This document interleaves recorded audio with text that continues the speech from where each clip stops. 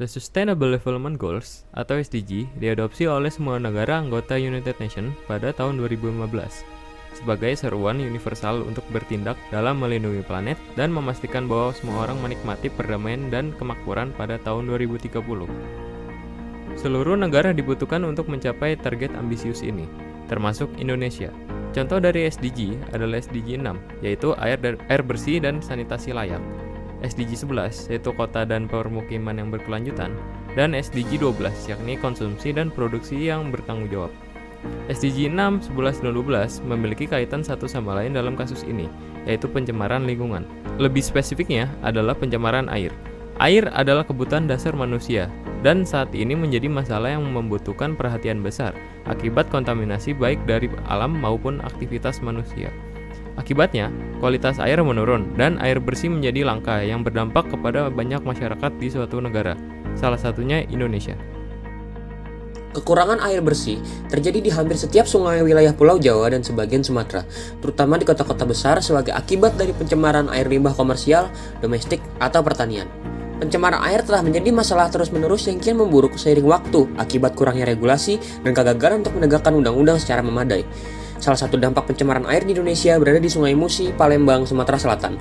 Sungai Musi merupakan sungai yang sangat krusial bagi keberlanjutan hidup dan jalannya perindustrian masyarakat Palembang. Tetapi, sungai ini sudah mulai tercemar dikarenakan semakin banyaknya aktivitas perindustrian yang menghasilkan berbagai limbah pada area sungai ini. Limbah-limbah yang mencemari ekosistem Sungai Musi antara lain limbah domestik yang terdiri dari hasil kegiatan rumah tangga masyarakat, serta limbah industri yang pengelolaannya belum mendapatkan perhatian yang cukup, sehingga hal ini membuat limbah industri menjadi salah satu kontribusi terbesar dalam pencemaran ekosistem. PKHM hadir untuk membantu melaksanakan Point Sustainable Development Goals oleh pemerintah untuk mencapai target di tahun 2030 melalui solusi dan ide yang diberikan dari mahasiswa maupun mahasiswi sebagai generasi penerus bangsa.